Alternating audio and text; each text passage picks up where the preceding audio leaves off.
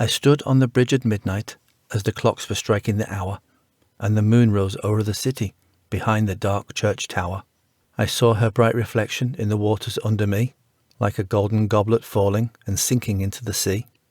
And far in the hazy distance of that lovely night in June, the blaze of the flaming furnace gleamed redder than the moon.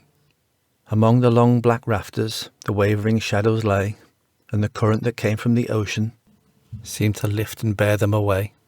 As sweeping, eddying through them, rose the belated tide, and streaming into the moonlight, the seaweed floated wide.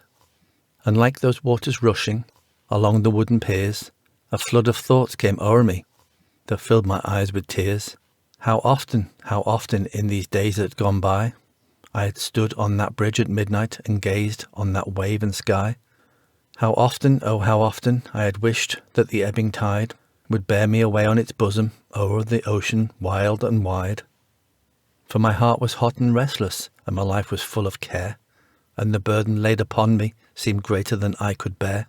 But now it has fallen from me, it is buried in the sea, and only the sorrows of others throw its shadows over me. Yet whenever I cross the river on its bridge with wooden piers, like the odour of brine from the ocean, comes the thought of other years.